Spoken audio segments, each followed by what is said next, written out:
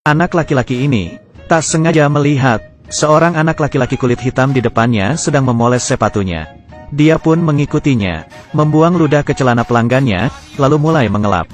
Juga tak tahu kenapa, ketika anak lain melihat kacamatanya, mereka langsung meletakkannya di atas tanah, lalu menginjaknya.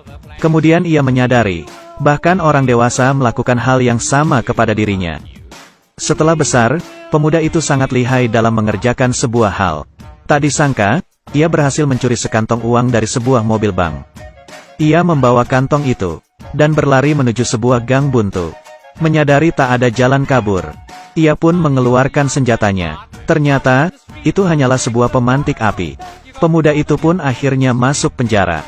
Namun, mengandalkan IQ tingginya yang mencapai 180, ia menyusun siasat untuk bebas dari penjara.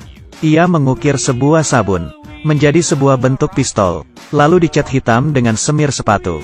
Dengan begitu, sebuah senjata palsu pun terbentuk. Lalu ia memanggil petugas keamanan, berbohong padanya dengan berkata bahwa perutnya sakit. Setelah keluar, ia langsung menculik si petugas. Namun pemuda itu kurang beruntung. Hujan pun turun. Senjata tiruan yang ia genggam ternyata telah menjadi busa. Percobaan melarikan diri kali ini gagal. Hari itu, laboratorium sedang mencari sukarelawan untuk melakukan tes vaksin. Imbalannya berupa dimajukan tanggal bebasnya. Tentu saja pemuda itu tidak menyia-nyiakan kesempatan ini. Ia pun maju untuk yang pertama. Setelah bebas, pemuda ini tidak ada kapoknya, dan melakukan profesi lamanya kembali.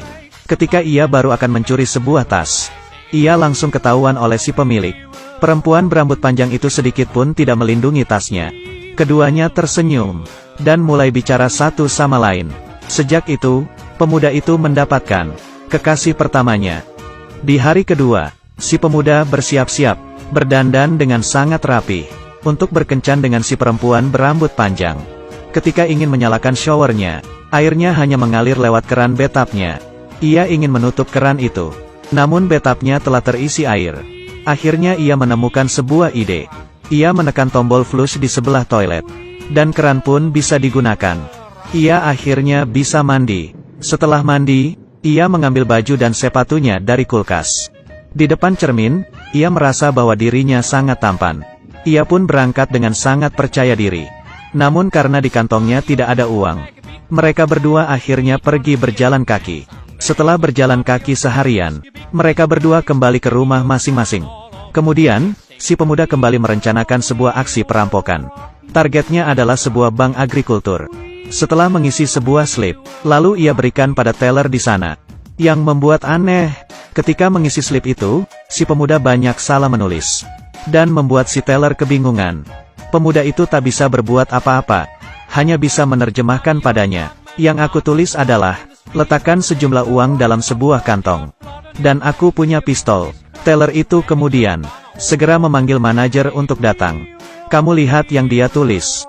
Aku memiliki gudang. Satu kata itu telah menghambat nasabah lainnya. Pemuda itu menarik bajunya, memperlihatkan pistolnya. Ia ingin bertemu dengan bos mereka. Setelah sampai di ruangan si bos, ia lanjut memperdebatkan kata itu. Kesalahan dalam menulis kata menjadi sebuah kesalahan yang fatal dalam rencananya. Oleh sebab itu, ia tidak pernah mengaku bahwa dirinya telah salah menulis kata. Akhirnya, ia kembali masuk penjara. Ketika diizinkan untuk keluar, ia dan para tahanan lainnya menyusun rencana untuk kabur lagi. Langkah pertama adalah mencuri seragam petugas keamanan, kemudian menyamar menjadi petugas keamanan, melewati menara pengawas, dan kabur dari pintu utama. Ketika sedang bekerja, pemuda itu mulai beraksi, mengambil pakaian dalam pengawas, lalu mengenakannya. Saat jam makan, pemuda itu memberi kode kepada temannya, bahwa langkah pertama telah selesai. Kedua tahanan itu sedang saling berbisik. Merasa bahwa si pemuda sedikit tidak dapat dipercaya, mereka pun memutuskan untuk membatalkan misi. Namun si pemuda tidak tahu bahwa misinya telah dibatalkan. Ia mengambil kunci buatannya, lalu membuka pintu penjara, kabur keluar. Setelah keluar ia baru menyadari, di luar hanya ada dirinya. Tidak ada seorang pun yang memberinya pertolongan.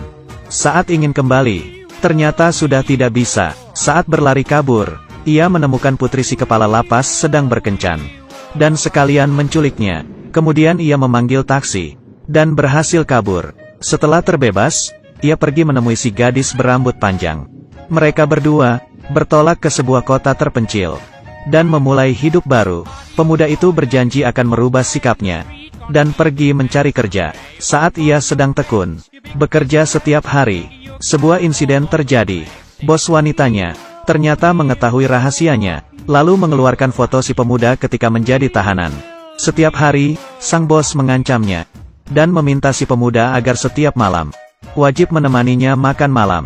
Pemuda itu tak tahan lagi akan permintaan dari si bos yang tidak masuk akal. Ia berniat untuk membunuhnya. Ia merakit sebuah bom menjadi seperti lilin, kemudian mengirimnya ke si bos. Sayangnya, ia terlalu besar membuatnya menjadi tidak bisa digunakan. Ketika ingin membunuh si bos dengan pisau makan, ia malah mengambil sebuah paha ayam. Ia pun gagal lagi. Saat si bos sedang keluar, pemuda itu menggunakan kesempatan terakhirnya untuk meletakkan bom itu ke dalam ayam panggang. Namun saat diaktifkan, bom itu langsung menciptakan sebuah bunga api. Di saat yang bersamaan, si bos mengambil 2 batang lilin. Lilin yang romantis. Mengapa ini terlihat tidak asing lagi? Tak bisa apa-apa lagi, pemuda itu hanya bisa membawa si perempuan berambut panjang untuk melanjutkan hidupnya menjadi seorang buronan. Ia mengambil dari dalam dompet sebuah sosis satu-satunya yang tersisa. Keduanya bersama-sama menikmati makan siang yang sangat terbatas itu.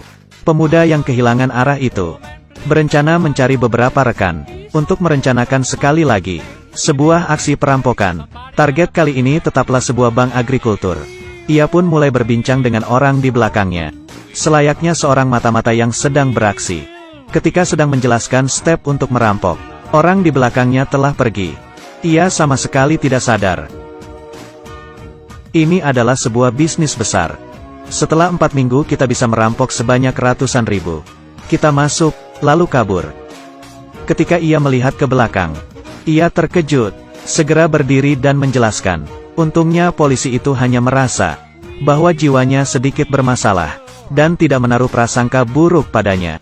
Tak disangka, pemuda itu masih tetap mencari beberapa orang untuk melancarkan rencananya. Detail rencananya adalah berpura-pura menjadi kru dalam sebuah kegiatan syuting film. Kemudian rekannya mulai menanggapi serius. Hari kedua, beberapa orang itu pun mulai beraksi. Mereka mendatangi sebuah bank. Ketika baru akan melancarkan aksinya, ia menemui orang yang juga ingin merampok. Pemuda itu berkata, "Kita yang datang duluan. Bagaimana jika kalian kembali lagi esok hari?" Lawan bicaranya yang berambut klinis itu tentu saja tidak setuju. Pemuda itu kemudian mengadakan pemungutan suara, menyuruh orang lain untuk memilih mana yang lebih mereka terima kedatangannya. Saat sedang mengulur waktu, mereka semua dikepung oleh polisi. Akhirnya mereka dibawa ke sebuah penjara yang lebih ketat. Setiap hari harus menaati peraturan, bekerja dengan giat. Namun saat bekerja untuk pertama kalinya, beruntung mobilnya mogok. Memanfaatkan kesempatan ini, 6 orang yang dikunci bersama dengan si pemuda lari kabur. Mereka harus berlari dengan kompak, lalu mengambil beberapa sepeda, membuat mereka dapat kabur lebih cepat. Mereka kabur ke sebuah rumah ibu-ibu tua. Semuanya ganti baju, lalu lanjut kabur.